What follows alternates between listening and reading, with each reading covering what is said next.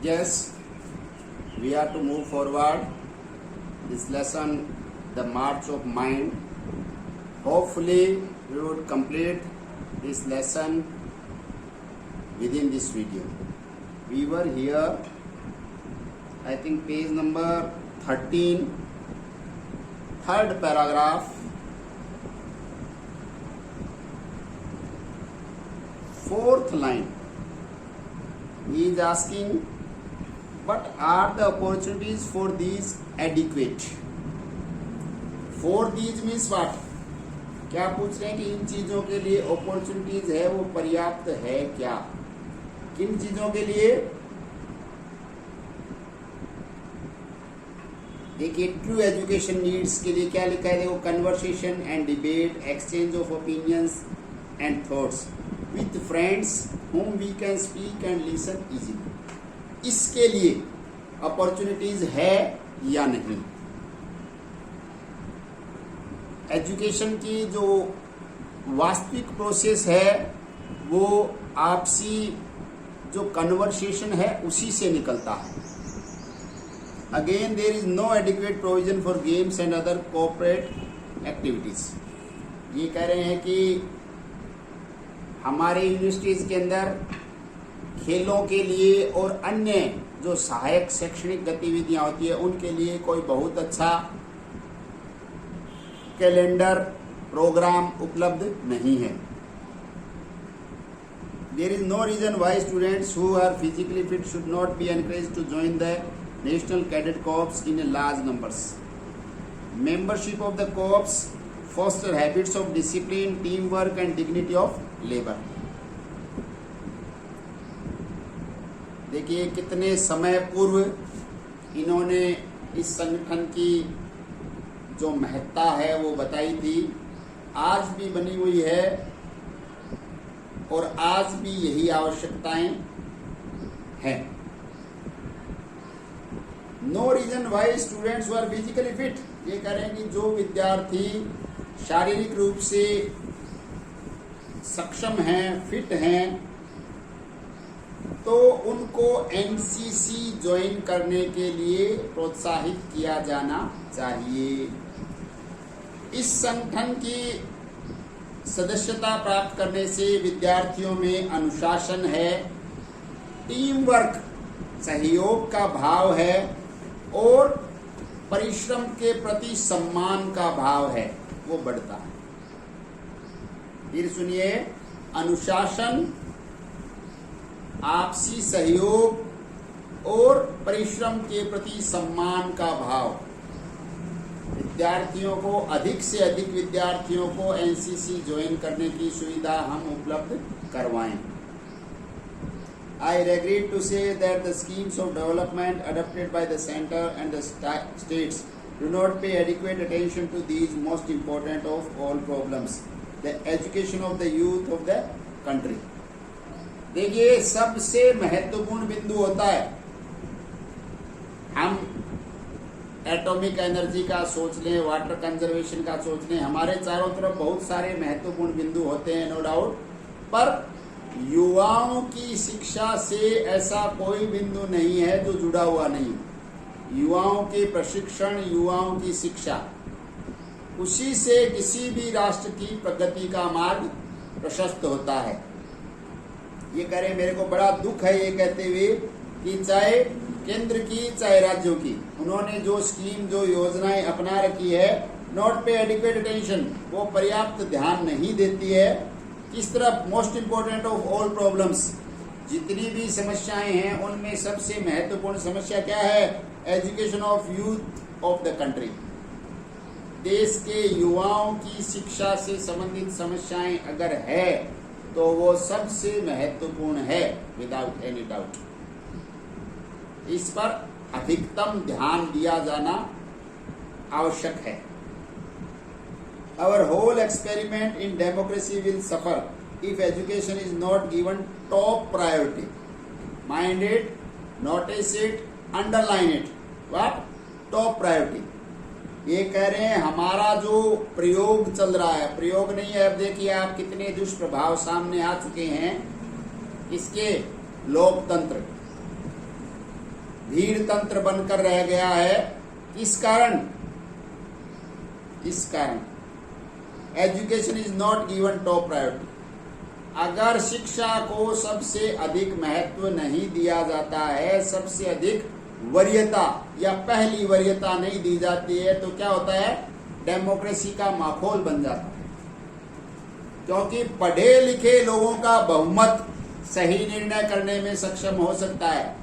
अनपढ़, जाहिल, इस प्रकार की जो जनसंख्या बढ़ी हुई है, वो सही निर्णय किसी भी दृष्टिकोण से नहीं कर पाते हैं, जो आपको अपने चारों ओर दिखाई देता।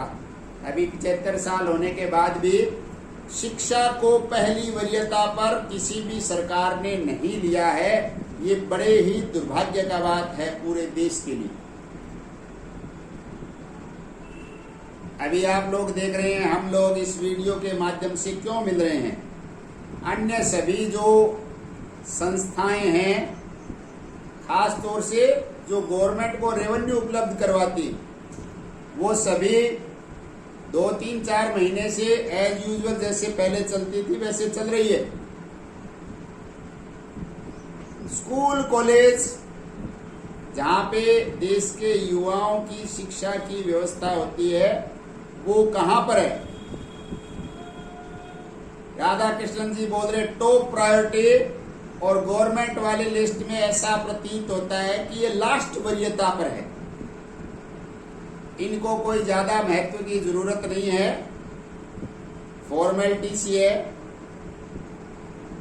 ये एजुकेशन के प्रति सरकार के रवैये को प्रदर्शित करता है।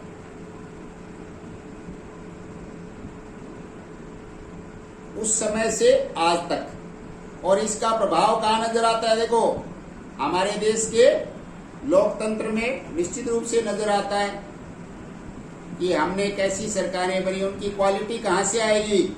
युवाओं की शिक्षा से। देश के युवा शिक्षित होंगे, सही दिशा की ओर जाएंगे, तो देश का पूरा सिस्टम सही होगा। The future leadership of the country will be imperiled if university education is allowed to deteriorate for lack of financial support.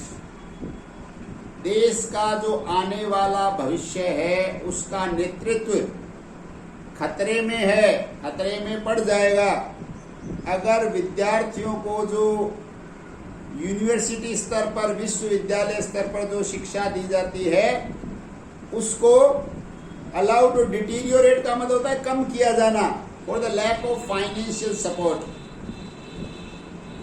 जब वित्तीय सहायता नहीं मिलने के कारण देश में विश्वविद्यालयों की स्थिति है वो गिरती है, तो क्या उसका परिणाम निकलेगा कि देश के आने वाली जो फ्यूचर लीडरशिप है उसकी क्वालिटी डाइल्यूट हो जाएगी। अच्छी क्वालिटी के लोग, अच्छे युवा आगे नहीं आएंगे। यूनिवर्सिटीज हैं, अच्छे विश्वविद्यालय हैं, वो देश के युवाओं को एक बहुत बड़ा साधन, बहुत बड़ा मंच प्रदान करते हैं, जहां उनके व्यक्तित्व को ऑप्टिमम लेवल पे निखारने का प्रयास होता है। अब अगर वहीं पर देश की सरकारें वित्तीय सहायता सही ढंग से नहीं कर पाती है, तो आगे आने वाला समय अराजकता भरा ही होने की चांस ज्यादा है। कैरेक्टर इज डेस्टिनी, 3 शब्दों में सार है। आप लोगों ने ऐसा लिखा हुआ बहुत जगह देखा भी होगा, ये कोट है, समझते हो? कोट उद्धृत करना कि चरित्र ही भाग्य है, चरित्र ही भाग्य है, चरित्र ही भाग्य का निर्माण करता है। अब चरित्र कहाँ बनता है, कैसे बनता है, ये बताएंगे भी और आप लोगों को पता भी है। This maxim applies to individual as well as to nations. ये जो कहावत है ये व्यक्ति विशेष पर एज वेल एज नेशंस, राष्ट्र पर, दोनों पर समान रूप से लागू है कि आपका कैरेक्टर कहाँ बनेगा, विश्वविद्यालयों, और उस कैरेक्टर से ही आपके भाग्य का निर्माण होना है, व्यक्तिगत रूप से भी और एज ए नेशन।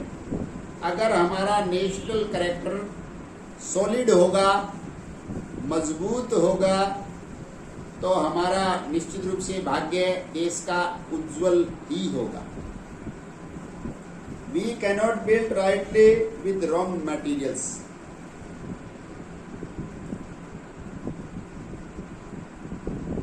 थोड़ा गंभीर मामला है, सार गर्भित लास्ट पैराग्राफ में हम पहुंच गए हैं।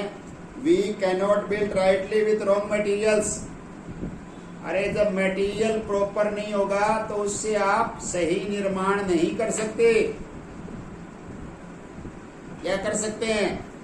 निर्माण कार्य में जब मटेरियल, अब ईंट पक्की नहीं है तो दीवारें पक्की कैसे होगी? हमने घटिया क्वालिटी का मटेरियल अगर काम में ले लिया तो सही निर्माण कार्य नहीं हो सकता। सीधी सी बात है, याद रखना है, अंडरलाइन करना है। We can not build rightly with wrong materials. अगर मटेरियल सही नहीं है तो उससे आप सही निर्माण नहीं कर सकते, ये तथ्य है। और मटेरियल कहां से आता है? यूनिवर्सिटीज से। More than your intellectual ability और technical skill, what makes you valuable to society is your devotion to great cause. आपको देश के लिए, समाज के लिए उपयोगी कौन बनाता है? मोर कहें और अधिक। आपकी टेक्निकल स्किल है, आपकी बुद्धिमत्ता है, आपके सोचने का नजरिया है, वो आपको निश्चित रूप से समाज के लिए, देश के लिए महत्वपूर्ण बनाता है। पर उससे भी अधिक ये क्या बता रहे हैं? Your devotion to a great कोज।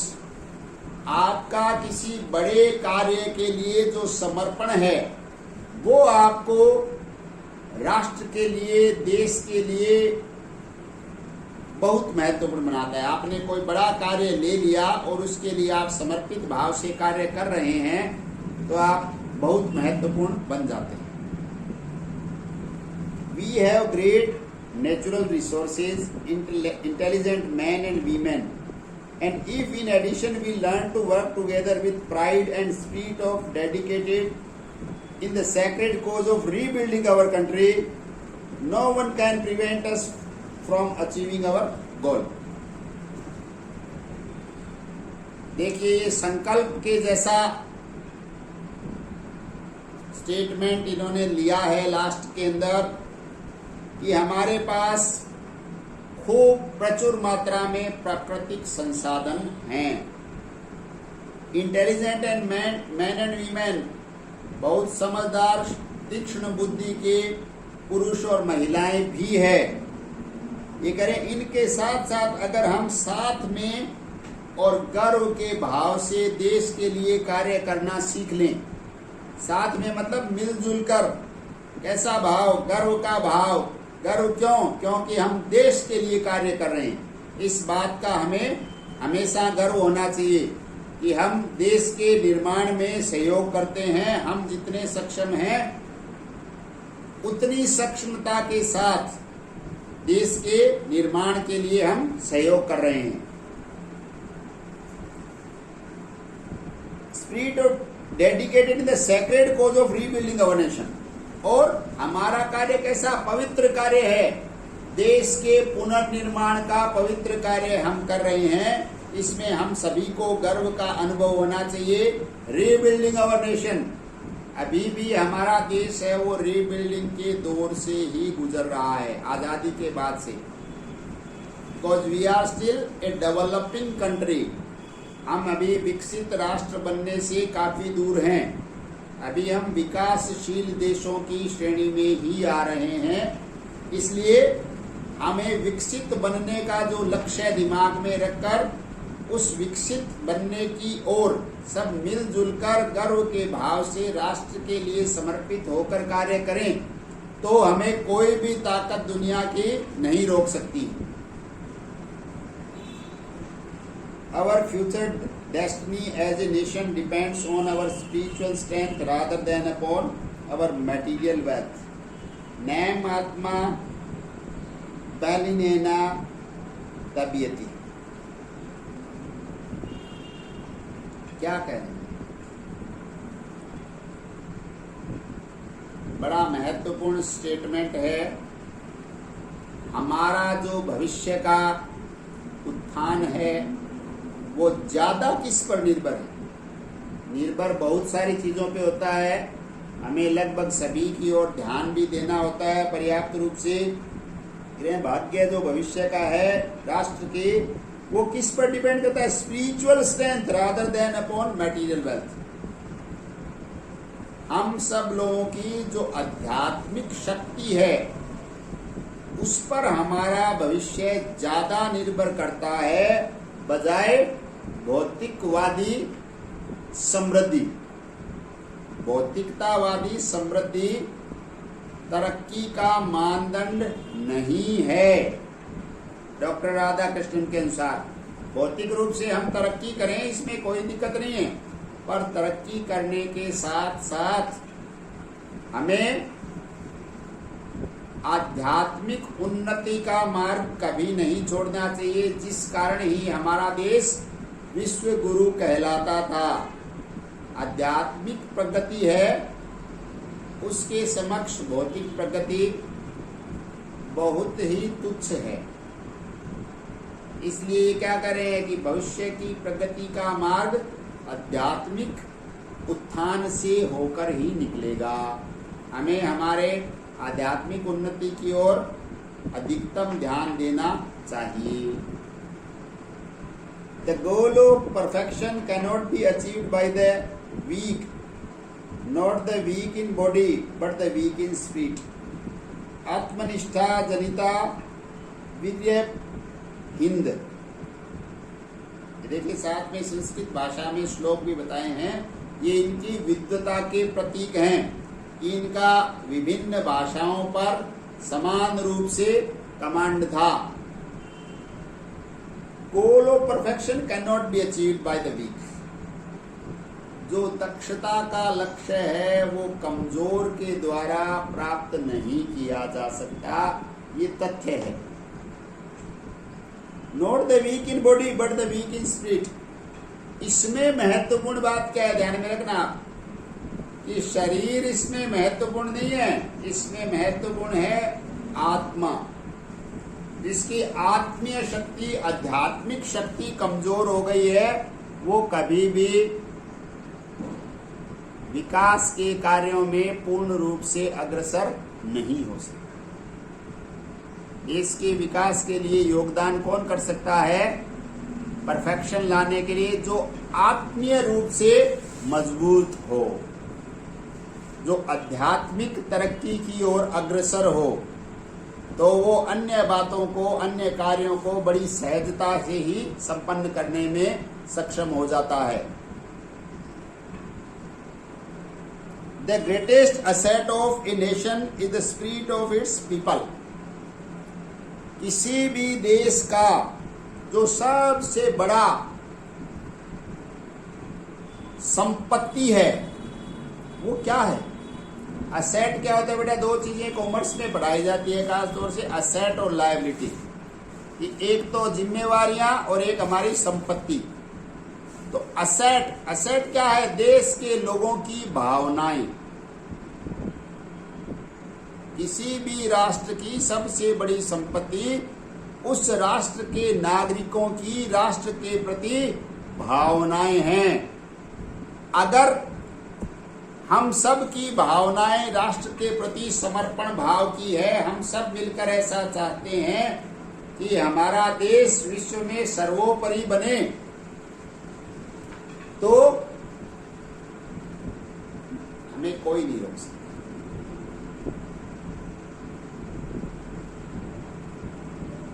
देश के प्रति जैसा भाव रखते हैं, देश हमारे प्रति वैसा ही भाव रखता है। देश का नागरिक होने में हमें गर्व का महसूस होना चाहिए that we are Indian. We must feel proud that we are Indian. If we break the spirit of a people, imperil their future. If we develop the power of spirit, our future will be bright. देखिए, जो हमारे मन के भाव हैं उनको मजबूत रखना, अगर हम देश के लोगों की भावनाओं को तोड़ते हैं, मरोड़ते हैं, खिलवाड़ करते हैं, तो जो भविष्य है वो इम्पेरिल क्या होता है? खतरा, डेंजर का सिनोनिम है। भविष्य को हम खतरे में डालते हैं अगर देश की भावनाओं की कद्र नहीं करते हैं। If we develop the power of spirit, our future will be bright. और अगर हम देश के लोगों के भावों को, शक्ति को डेवलप करते हैं, विकसित करते हैं, तो देश का भविष्य निश्चित रूप से ब्राइट होगा, शाइनिंग होगा, उज्जवल होगा। ये हमें हमेशा ध्यान में रखना है कि देश के लोगों की जो भावनाएं हैं किसके प्रति? देश के प्रति, वो बड़ी ही शानदार हो, होलसम हो, समर्पण का भाव हो, देश के लिए कार्य करने में गर्व की अनुभूति हो और अपने राष्ट्र को सर्वोच्चता की ओर ले जाने का सर्वोत्तम प्रयास अपनी ओर से हो। ऐसा भाव अगर देश के सारे नागरिक देश के प्रति रखेंगे तो उस देश की तरक्की अवश्यम भावी है। निश्चित रूप से वो एक विकसित राष्ट्र बन ही जाएगा। ये हमारा लेसन बहुत बड़ा लेसन था। आप लोग कभी 10-12 से ज्यादा वीडियो इसमें हुए हैं। द मार्च ऑफ माइंड बड़ा महत्वपूर्ण है, एग्जामिनेशन पॉइंट ऑफ व्यू से भी, लाइफ के पॉइंट ऑफ व्यू से भी। इतने बड़े महान व्यक्तित्व ने हमारे लिए बोला है, इतने बड़े पद को सुशोभित करने वाले व्यक्ति ने, philosopher, thinker doctor Sarvepalli Radhakrishnan. इसलिए इस लेसन के वीडियोस को आप रिपीटेडली देखेंगे और कहीं डाउट लगे तो अभी अपने जस्ट ऑफलाइन क्लासेस शुरू होने वाली है, तो आप अपने डाउट्स वहाँ रिमूव करवा सकते हैं। Okay, thank you very much.